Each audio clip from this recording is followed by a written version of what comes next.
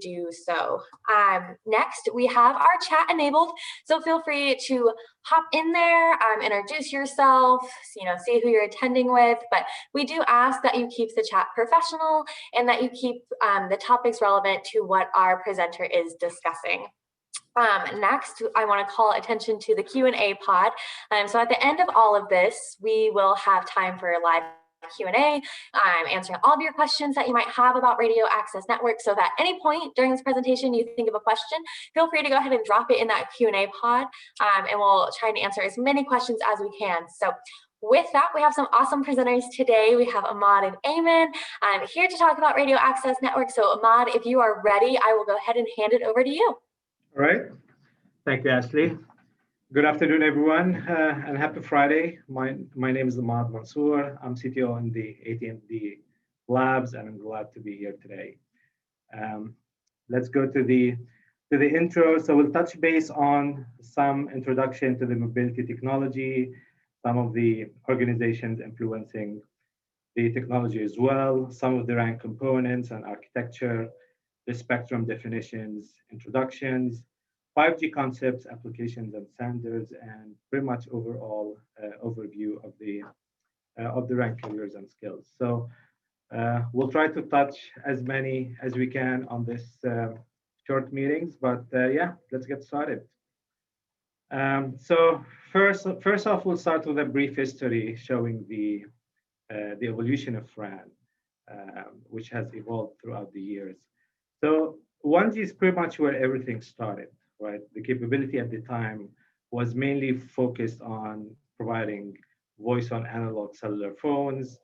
At the time, there were a lot of drawbacks. Coverage was poor, sound quality was low, and calls weren't encrypted. So anyone with a radio scanner can drop in on any call.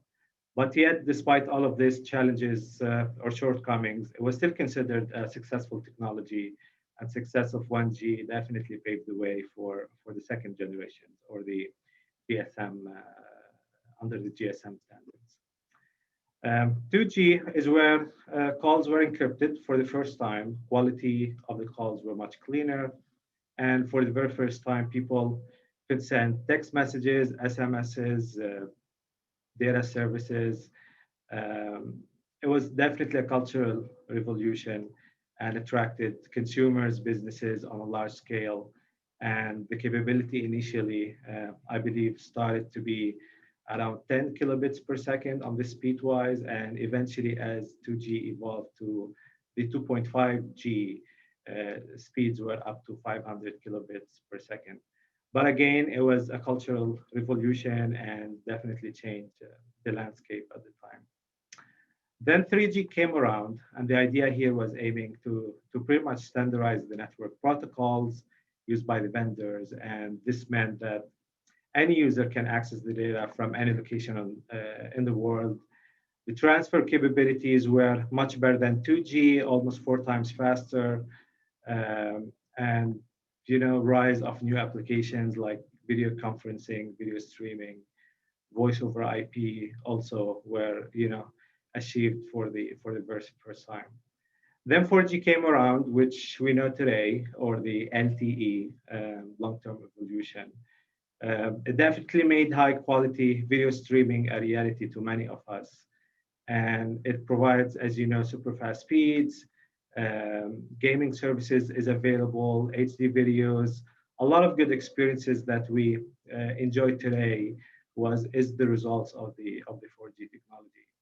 And even the technology itself did evolve over the years, and higher spectral efficiency was conducted and achieved through different features and options to provide at the end the user with better coverage, capacity, and experience as a whole. Then finally, 5G is here.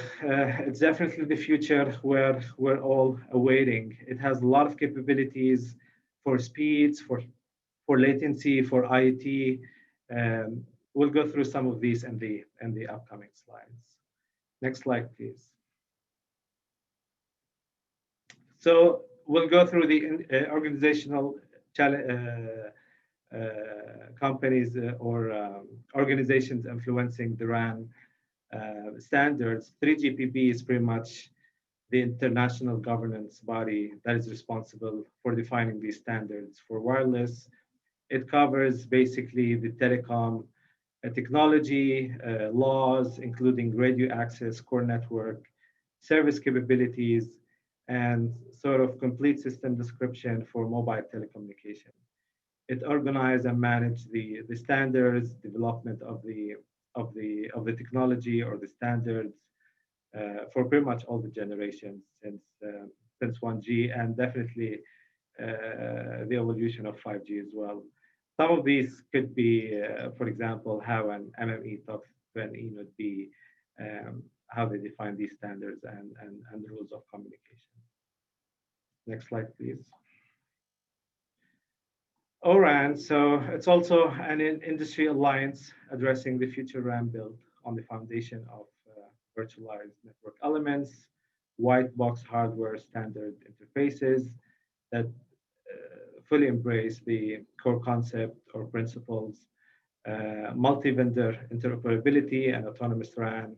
In other words, we're opening the radio access network, which consists of the hardware and software from multiple vendors operating over the network interface.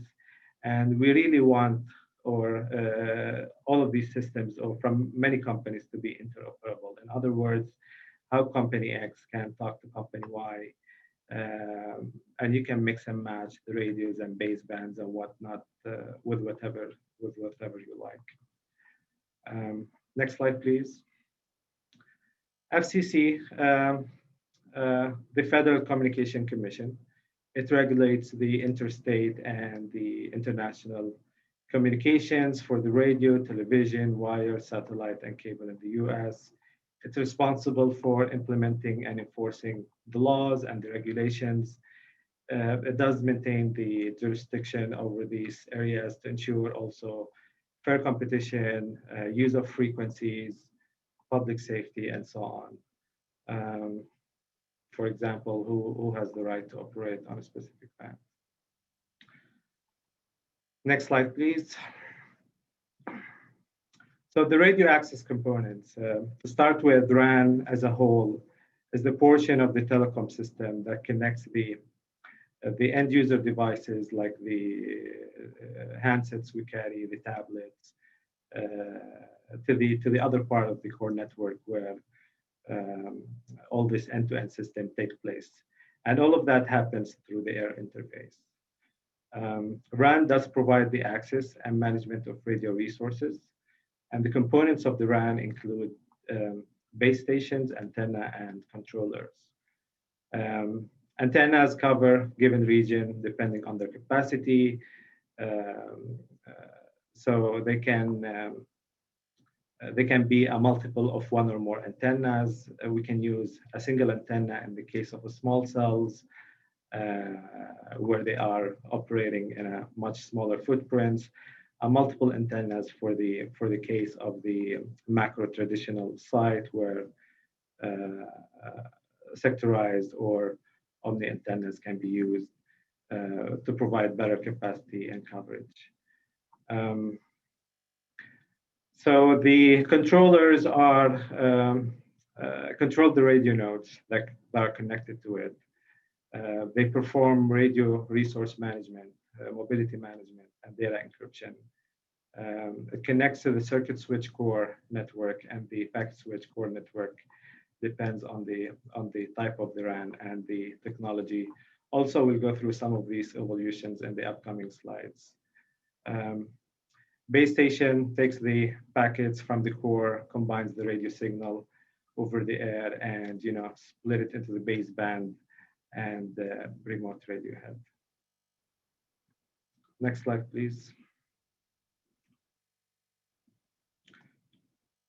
So here is the evolution of RAN from 2G to 5G. This slide mainly focuses on 2G to 4G.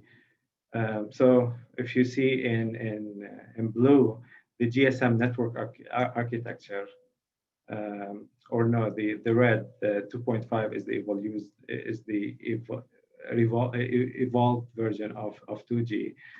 The original architecture of 2G consisted of the access network, which mainly was the BSC and the BTS, and together they were called the base station subsystem. Then we had the MSC for the mobile switching center for voice calls. Eventually, GSM evolved to 2.5G in blue. The data parts were then added to the voice part. The packet switch core consisted of GGSN gateway, SGSN, the BSC and BTS also as a result needed to be upgraded or enhanced to well support the new packet core network.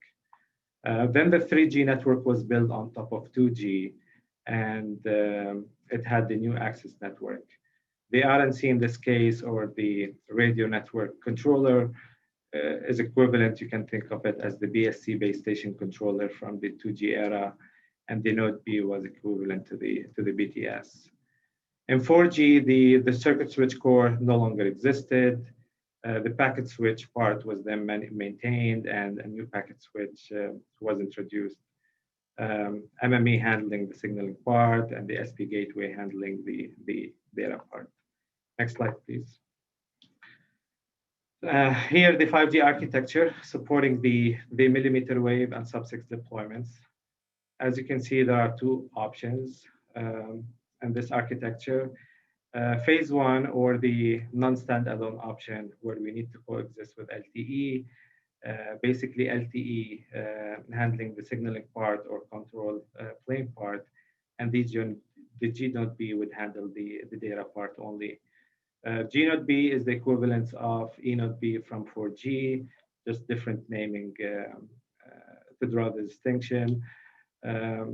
Once you get into the 5G service and you set up your G.B leg, there will be a PDCP aggregation with the NSA architecture using the E.B and the G.B together to provide the speeds while maintaining the control on LTE.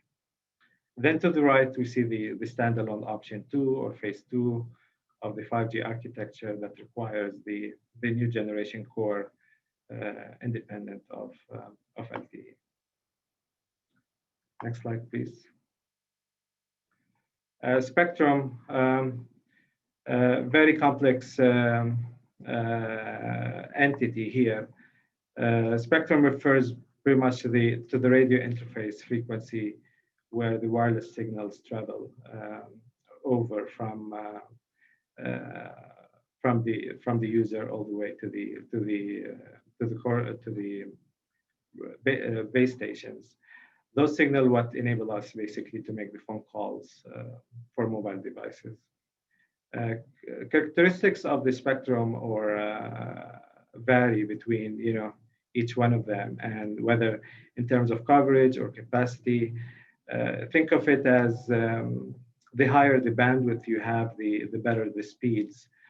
Also, different bands have slightly different characteristics. For the purpose of wireless communication, we can think of the spectrum in 3 different frequency bands, right? Low, mid, and high frequency band spectrum. For the 5G purposes or network, we definitely need more of the 3 different bands because each band of the spectrum have a different support of specific use cases in a way to, at the very end, complement the overall experience. The low band spectrum, the under 3 gigahertz, is the best travel over distance. It has minimal signal interruption and provide very good coverage. It has good in-building penetration, and because of these characteristics, it requires fewer deployments on a given area to serve a given need. High band spectrum over the 24 gig, mainly used for the millimeter wave, has a very reduced range. It travels much shorter distances. You think of it as meters, not miles, compared to the low band spectrum. Offers high capacity, ultra fast speeds. Antenna arrays technologies are used to reduce or overcome the challenges of the loss Um, it is a fragile part of the spectrum. It can be absorbed by plants or even drops. So deployments must be in the densification type of form where you can put in small cells pretty much close to each other in closer proximity to overcome the challenges of the obstacles and the shorter range that they provide. They are sold in large blocks by the FCC. And then we go to the mid-band spectrum between 3 gigahertz and 24 gigahertz. It blends the characteristics of both low and high band spectrum, provide a mix of coverage and capacity. It travels less distance due to the transmission losses and provide less coverage. It's ideal for urban type of areas, requires denser network. It is more directional and not as good as the low band spectrum. Penetration through walls is not as good there. The FCC oversees the spectrum allocation as a whole, and they allocate the spectrum for commercial use through spectrum auctions for the operators. Next slide, please. The dynamic spectrum sharing, basically, it's an ability to allow the mobile operators to use the same spectrum for both 5G and 4G services and dynamically allocate the amount of spectrum in a given area depending on the number of users and traffic being carried at a given time.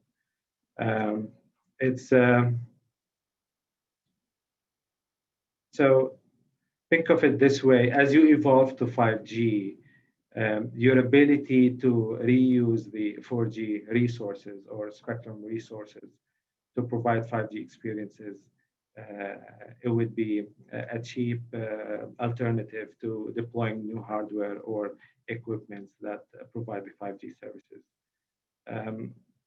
The primary benefit is expanding, of course, coverage, make use of the low latency type of experiences for the already existing 4G spectrum. It is cheap, cost effective, again, to utilize the LTE, and it will increase the 5G availability. Next slide, please. So as we've been saying, every generation deliver faster speeds ever since 1G and more functionalities and capabilities to the smartphone, but 5G is a whole new level. It will be able to handle 1,000 times more traffic than today's LTE network, thus be able to bring in more users, more devices, wearables. It is 10 times faster than LTE as well. You can enjoy the HD movies and download them in probably less than a second. It is going to be the foundation for virtual reality or augmented reality type of experiences, autonomous driving, Internet of Things is going to be big there. Stuff we can't even imagine because of its very low latency capabilities. Also, new technologies are emerging to support, obviously, the ultimate 5G experience, like beamforming to touch some based on it, the capability basically to allow the base station to send focused stream of data to the users instead of broadcasting in every direction. This will help prevent the interference that we face today with some of the 4G networks. So multiple antennas are used to maintain the signals to the target users and instead of a single antenna.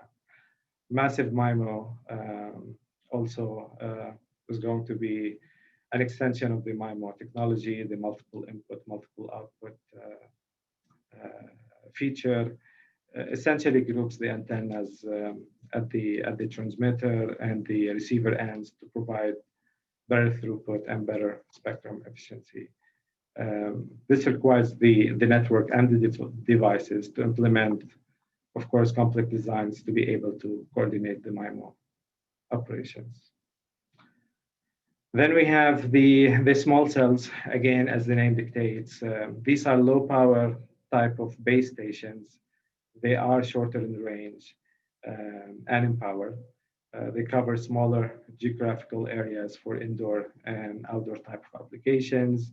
They have all the characteristics of a traditional macro station, except that it's limited in power or footprint. This will definitely complement the deployments of the 5G millimeter wave, especially because of the shorter range and limitation that the penetration of the millimeter wave signal. Lastly, again, the deployment aspect can be leveraged to get most of the 5G as a whole.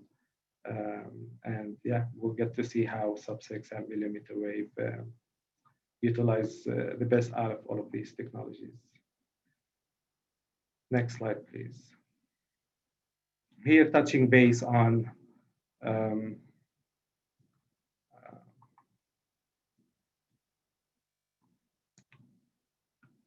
all right, so is that, yeah, so those are also two methods of the 5G using sub-6 and millimeter wave. So you can mix the different bands for sub-6 and millimeter wave along with the different applications. And I'm not sure if my screen is hanging or if it's you, Ashley, but I'm expecting to be at the 5G application slide. Yeah. Right. So those are some of the 5G applications that 5G would be able to deliver: ultra fast mobile internet speeds, high performance Internet of Things applications, healthcare and wearable applications, mission critical type of applications, autonomous driving and position mapping, smart sensor technology for agriculture and farming. Pretty much anything you can think of can connect to the 5G network now with its capability to carry a lot of traffic and a lot of users to the network. Next slide, please. Yeah, so this is the 3GPP also maintaining the different standards or releases along with the timelines.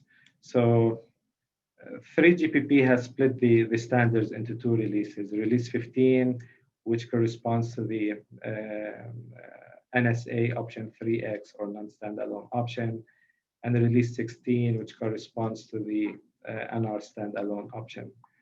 In the option 3X, there are common elements between LTE and NR. Therefore, there are differences or separate tracks to carry for each technology.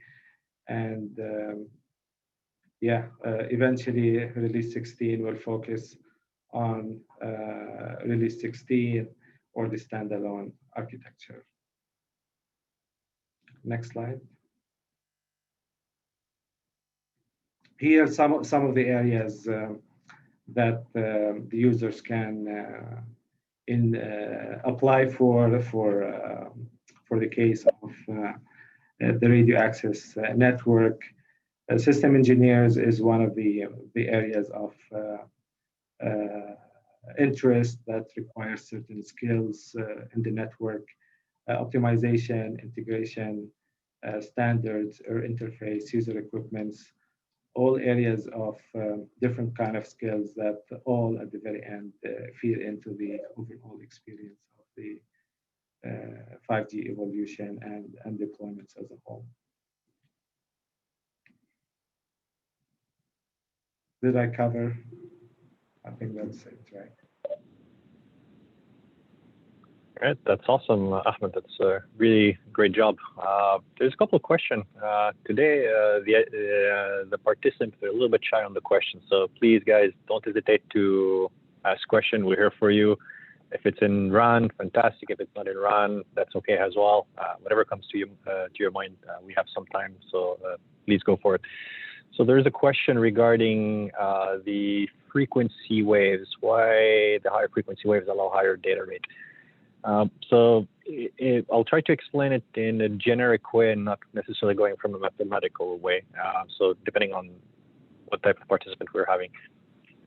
From a theoretical perspective, there's a law called the Shannon law. And ultimately what the Shannon law say is the higher the bandwidth is and the lower the signal, or the lower the noise, or the most power you have within the signal, the more capacity you have, therefore the more data rate you have. And so I wanna talk about the bandwidth.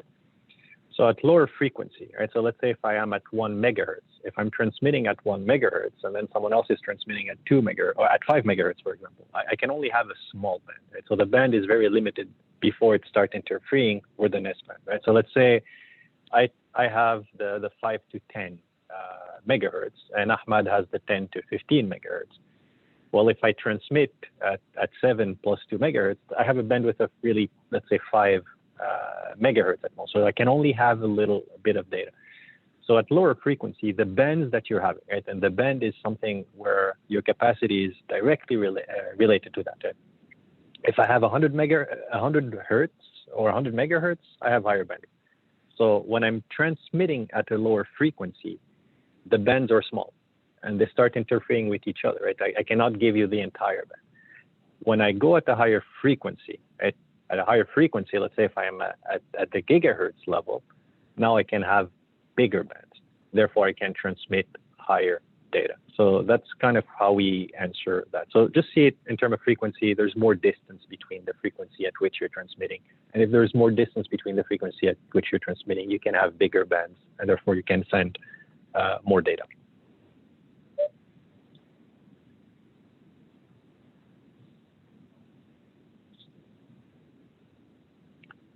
All right, there's a few other questions. Ahmad, do you want to take the DSS question? Yeah. What is the DSS? Can you read it to me? I don't see it. Yeah, so one person wants a little bit more detail on how does DSS work. The DSS. So DSS basically is a feature that you require on both the LTE and 5G to coexist with each other, to primarily use the spectrum currently allocated for 4G. So rather than investing in new spectrum, in 5G spectrum and new hardware, you can leverage the 4G spectrum where you can load balance, monitor the traffic pattern or conditions on the LTE spectrum, and offload some of that spectrum when the, let's say, time is not busy, to support 5G experience on the 5G base station as well. So it does increase the amount of spectrum for an operator as its disposal for 4G, and will be able to enable to make more efficient use of the spectrum that we have available today. There are features that need to go on the LTE base station as well as on the 5G, and there are certain developments that needs to go on the device side as well to be able to make use of that interchangeability. There will be a mechanism of or a communication between the LTE and 5G sharing the same spectrum to try to give to keep the condition on the millisecond type of timeline on who gets to use the radio resources for a given time and whatnot. So it depends on the conditions on the LTE. 5G will make best use of the spectrum available and take turns accordingly. Yeah, And I'll add a little one thing on that one is one of the most expensive asset is literally spectrum. Spectrum costs a lot of money.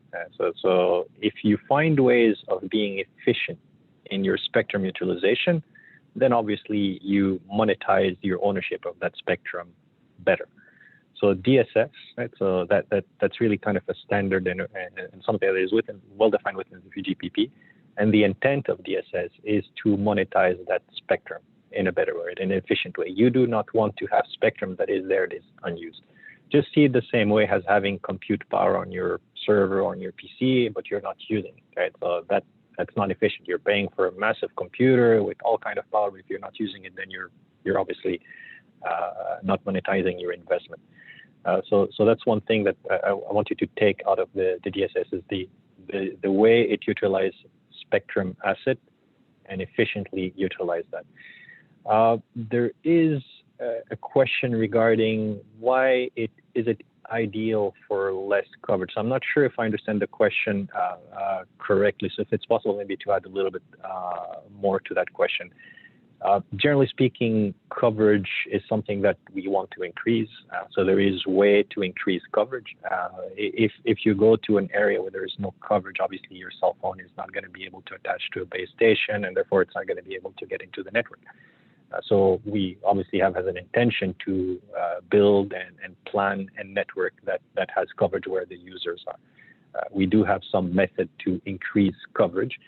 You can add more radio, right? So by adding more radio, you increase more coverage. There's different technique to do that. There's, as Ahmad mentioned a little bit earlier, you can have little small cell in macro cells, and that add coverage when you need a little bit higher bandwidth. You can have antenna that are directed at certain area. So there's all kind of way where we increase the coverage and to ensure that there's enough capacity for the amount of user in a given area. So hopefully it answered your question, but I'd like you to, Jiwan, if possible, give us a little bit more details on what you're looking for that question. Right, I'll take the next one. Curious about what we can do best to prepare for a career in this field. It's a good question, and it's always fun to make sure you're taking the right steps into your careers. But telecom as a whole, especially 5G now, is going into probably revolutionize the world. So knowing the area of your maybe expertise or what you desire in terms of potential areas of interest is definitely going to be key. There are lots of areas in the RAN network that you can engage in, whether if you like the access or whether if you like to be more in the standardization or whether if you like to be more on the optimization. You can even take turns on testing certain features and capabilities, whether on the network or the device side. Yeah, I would say evaluate your interest because there are lots of areas that this career or telecom will offer, and see where you see best. And the good thing, they all complement each other. So if you feel there's a need to change from testing to optimization to whatnot, it's easy to take these turns. Yeah, there's a couple of questions that I'll tackle. They're a little bit kind of related to each other. So there's some question regarding the speed during 5G versus 4G. There's some stuff regarding density requirements to build 5G network and so on. So if you guys recall, hopefully you had the chance to participate in the previous presentation and the presentation that we had toward 5G. The biggest item that we want you to remember out of 5G is 5G tackle the latency problem, right? So that's one key problem that 5G tackled that isn't tackled by 4G. So if you can distinguish 4G by 5G in one word, latency would be the word that we're using. Obviously, within a 5G network, you have an entire set of new network functions that are introduced, and those network functions have some capacity, et cetera. And as 5G become a little bit more mature, you'll see a network that can support more 5G devices. So that it is entirely normal, and that's something that is happening right now in the United States with multiple operators, including AT&T. And obviously, AT&T is the leading force within the 5G introduction, not only in the US, but worldwide. So this is kind of like, I don't want you to think bandwidth in terms of 5G. So you will see that there will be 5G function, 5G broadband function at 38 gigahertz, so in the really high frequency where you'll have a lot of bandwidth, and you'll have a lot more data available in 5G than it is in 4G. Yet, even with all that data and having speed that are much higher in 5G, I want you to just see 5G has really something that enables you to reduce the latency. And the other thing that 5G does that 4G doesn't tackle properly is the ability to have billions of devices connecting to the network. So when we're talking about massive IoT, we're talking about connected car, we're talking about maybe your fridge connecting to a 5G network, the gaming, et cetera, et cetera. So all those devices that are going to be connecting to the network, 5G is built to support that, right? So 5G is built to support way more connection than 4G. And it's also built to provide a much, much lower latency. So you can have those applications that Ahmad presented on. So the bandwidth obviously will be higher, but this is more on the higher spectrum. There was kind of a little bit related to that, a couple of questions regarding the coverage. So how the density requirements and how to develop a 5G network. Any mobility network, ultimately, there is a concept where you want to guarantee coverage for, let's say, 99.99%, right? So there's some Erlang theory behind that, and it's all statistical models that are built and so on. So you build your coverage based on statistical model of your user base and your user behavior and the number of connection that you might be expecting in certain area and how that evolves over time, and with the availability that you want to do. So that's kind of how you build the coverage location. So you have user base, right? So you map your user, and then you have statistical model for what type of utilization will happen over time, right? And then on top of the statistical model, then you start building a network that meet that demand for the reliability rate that you're looking for. So that's kind of how it's happening, and that is not rocket science. That's whether it's 5G, 4G, 3G, 2G, they're really the same principle, the same type of model. It's just the underlying technology that changed. As Ahmad said, there's tons of opportunity in that domain. Network planning is something that is always highly demanded. There's a lot of skills that are depending on that. And more importantly now for your career, there's also the ability to automate that, right? So how do you automate that? How do you have a network that kind of intelligently adapt and so on? So there's a lot of work in that field. Right. To add to that, again, using the spectrum is going to be key to see how you would like to meet the user needs. So if you live in an urban area or big city or a rural area, the deployments of the and depends on the number of users, the deployments of the technology on the, whether if it's a small cell or a macro cell, and the capacity and the coverage will vary based on those needs. So there are multiple options to make use of that expensive spectrum, like Emmy mentioned, to see how best to serve the needs. You can put in a lot of small cells, or you can substitute all of that with one macro cell. You can choose to add in more carriers, less carriers. Again, also on the spectrum, we haven't touched on the unlicensed spectrum. So just like we have a licensed spectrum that the FCC auction, there is unlicensed spectrum like the Wi-Fi or Bluetooth devices you use at home, and some of it can also be purposed for telecom deployments as well. There's a technology called LAA, which make use pretty much of the Wi-Fi spectrum to deliver the same type of experiences on the network. All do follow certain regulations and protocols to, at the very end, deliver the the capacity or the coverage for a specific. Yeah, there's not that many questions today, guys. Please don't be shy in terms of question. We love to hear a question, and we'd love to try to help you as much as possible. I'll add a little bit, some information regarding one of the questions that we previously answered, but I think it's important to emphasize on that. I think a lot of you kind of try to understand what's 4G and what's 5G, and why can I get stuff with 5G that I cannot get with 4G.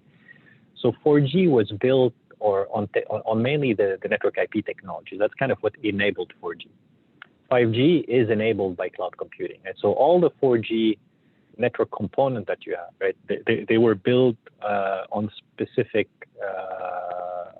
function, specific hardware. So it's specific software that is running on a specific hardware, and it can't run on the cloud, for example. So once you have it, you have like that server that just do X and nothing else, and you have to put it somewhere, right? In some locations. Some would go to closer to the user, some will go in data center, et cetera, et cetera. So because it's forced to be there, you don't have a lot of luxury to start moving resources where you want, right? So you build a network that inherently has a low latency, but also that doesn't grow more, right? So if I want to support 1,000 user, well, then I have equipment that support 1,000 users, right?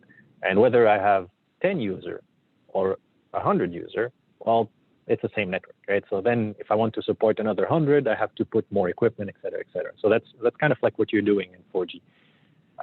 In 5G, it's a little bit different, right? So now we have cloud computing, we have cloud close to the user at the edge, we have cloud at the data center.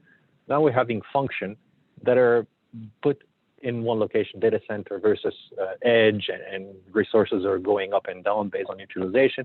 And by doing that, you can actually tackle the latency problem. So from an architectural perspective, 4G and 5G differentiate by the technologies that enable them.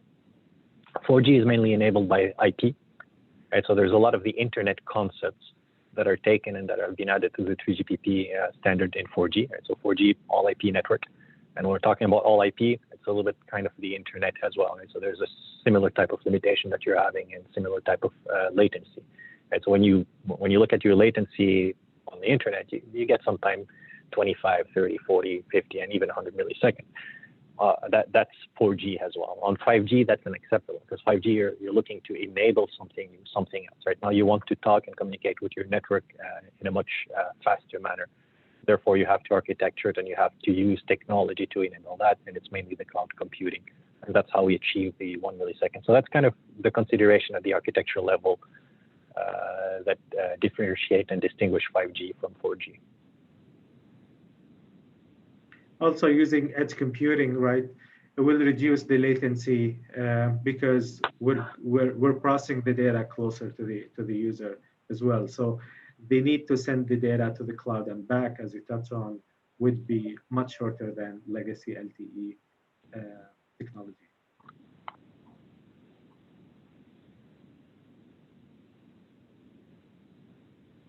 All right.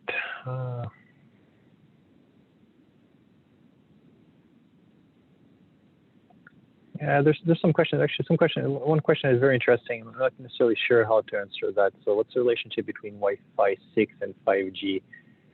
So obviously the Wi-Fi standard evolved as well, right? So the purpose of Wi-Fi as well is to increase speed and obviously reduce latency as well within your experience. And the various Wi-Fi standard have been evolving over time.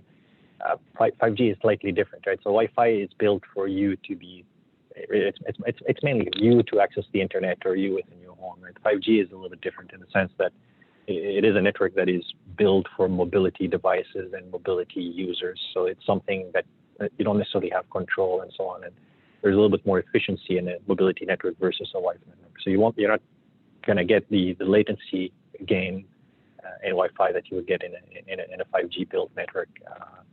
So I'm not sure necessarily how the question was tackled in that regard, but that's the best way I could see to answer it.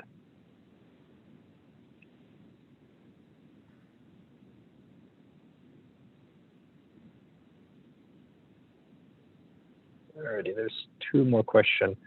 Do you want to take Simon's question, Ahmed? I don't see the questions, and yeah. So is 5G deployed using DSS? I think there's a bit maybe there's slightly confusion on DSS. Maybe we can tackle DSS a little bit more. So if you can speak about DSS a little bit.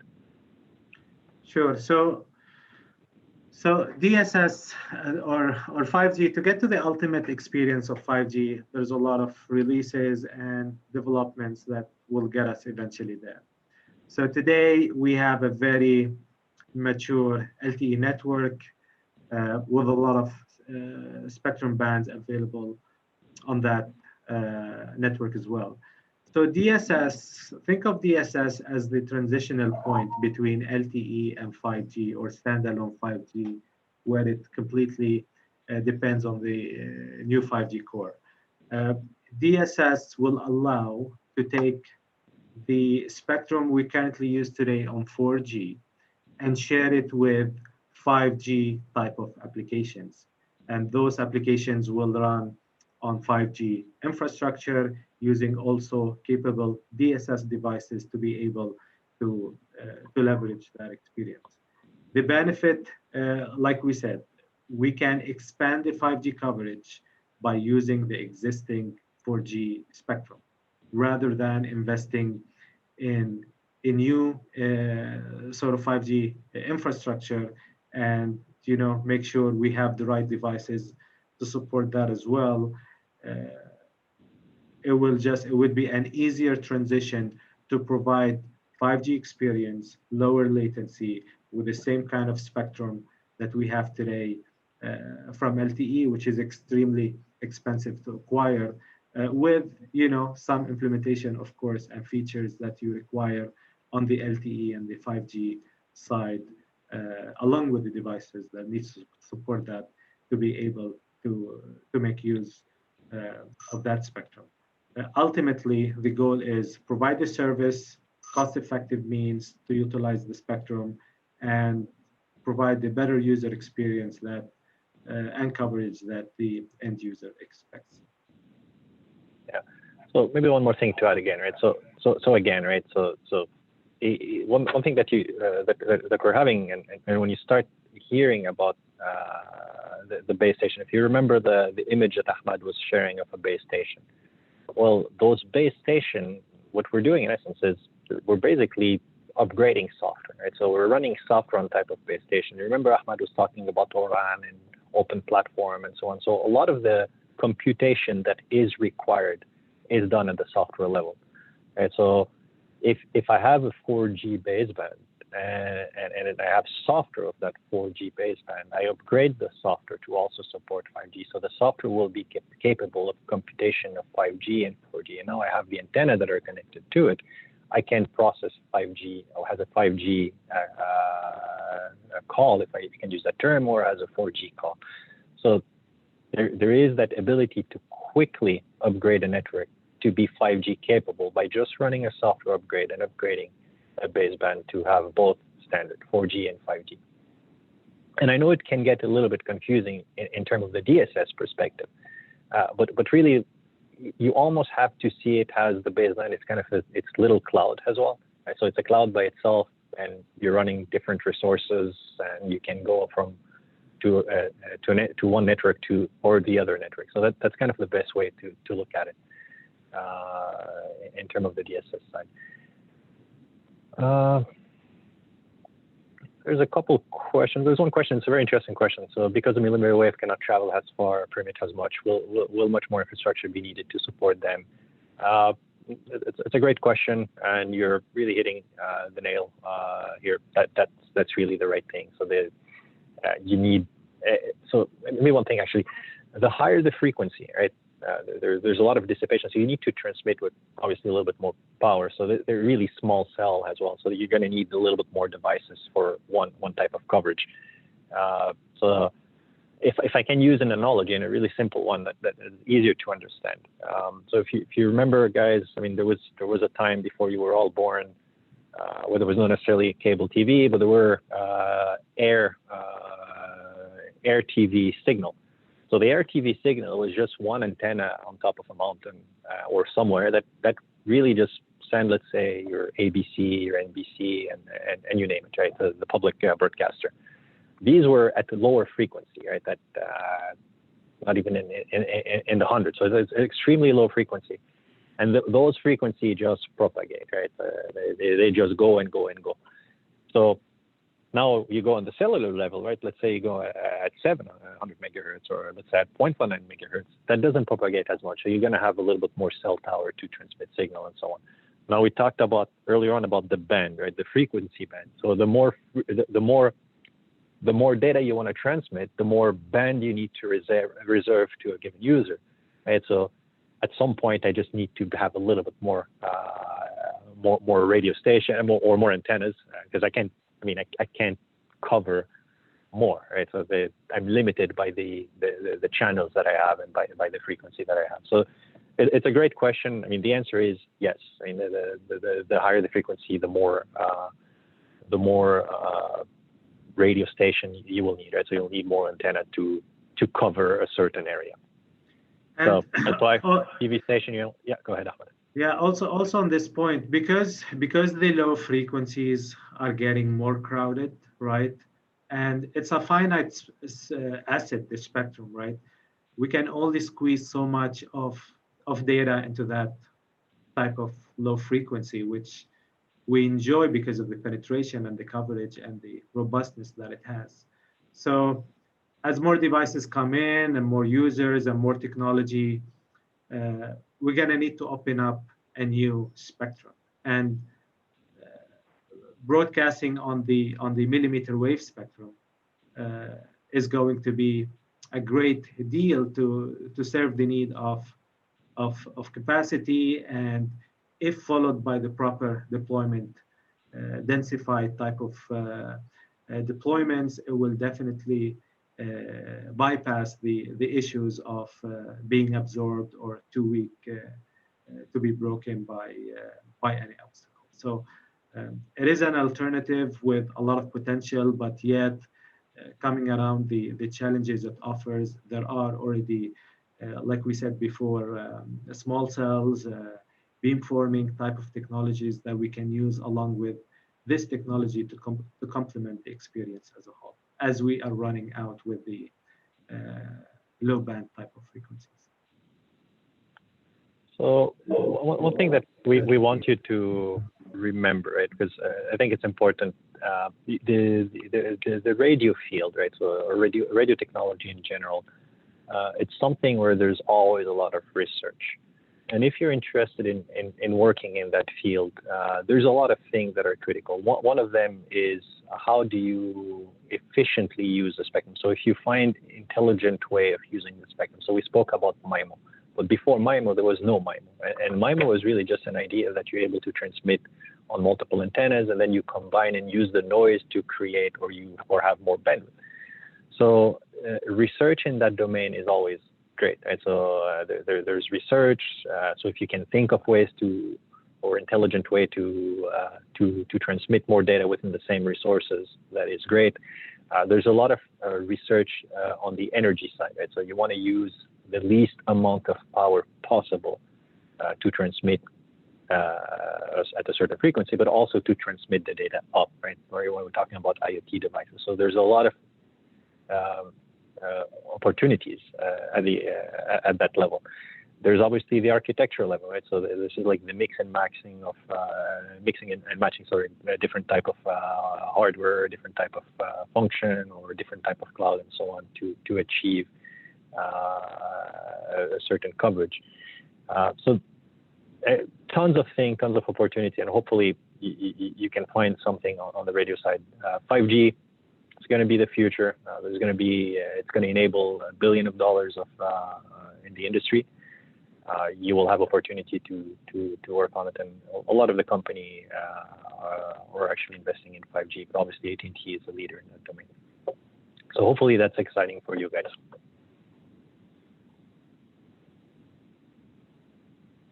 Yeah, a few more minutes. I think at this point we're pretty much done, Ashley. So all the questions that were answered. So I think we're good. Awesome. Well, if that is all the questions y'all have, definitely want to say thank you everyone for attending. Thank you, Eamon and Ahmad, for moderating today and just sharing all of this information. I know that, it was really great and the students really, really appreciate it. So just super big thank you to y'all. Before we let you go, I just want to remind you all that after you leave this meeting, there is a survey. So if you don't mind going ahead and filling that out, let us know how we're doing. Let us know where we can improve. We're really big about feedback here at AT&T. So like I said, if you don't mind, just go ahead and fill that out. Next week is our last Live with Labs series episode. And so super sad, but all good things must come to an end. And so we will be discussing DMAIC next week. So be sure to tune in to close out the series. And then a recording of today's session is available now on YouTube.